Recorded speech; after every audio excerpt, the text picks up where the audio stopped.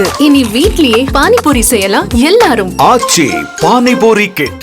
தாவேக தலைவர் விஜயின் சாலை பேரணி, திமுகவின் பொதுக்குழு கூட்டம், அமித்ஷா நடத்திய ஆலோசனை என மதுரை மாநகரம் அரசியல் தலைநகரமாக மாறிக்கொண்டிருக்கிறது.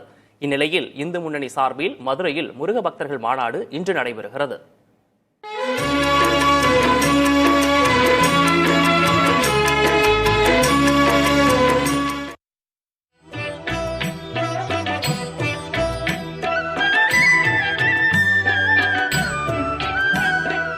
மதுரை ரிங் ரோடு கலைஞர் திடலில் முருக பக்தர்கள் மாநாடு நடைபெறவுள்ளது. 8 லட்சம் சதுர அடி பரப்பளவில் நடைபெறும் மாநாட்டில் முருகப்பெருமான் உருவத்துடன் கூடிய பிரம்மாண்ட மேடை அமைக்கப்பட்டுள்ளது. 5 லட்சம் பேர் பங்கேற்பார்கள் என்று எதிர்பார்க்கப்படும் சூழலில் அதற்கேற்ப இருக்கை வசதிகள் செய்யப்பட்டுள்ளன.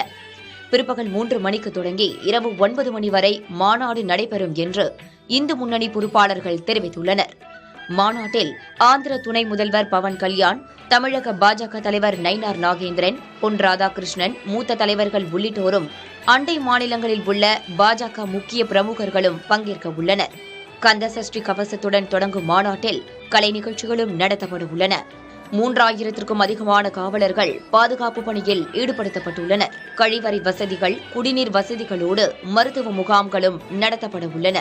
மாநாட்டையொட்டி நடத்தப்படும் அறுபடை வீடுகள் கண்காட்சியை பார்வையிட தனிப்பாதை அமைக்கப்பட்டுள்ளது.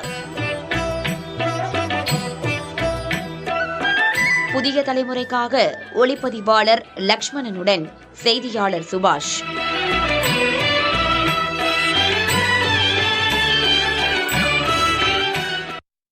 இனி வீட்லயே பானிபூரி செய்யலாம் எல்லாரும். ஆச்சி பானிபூரி கிட்.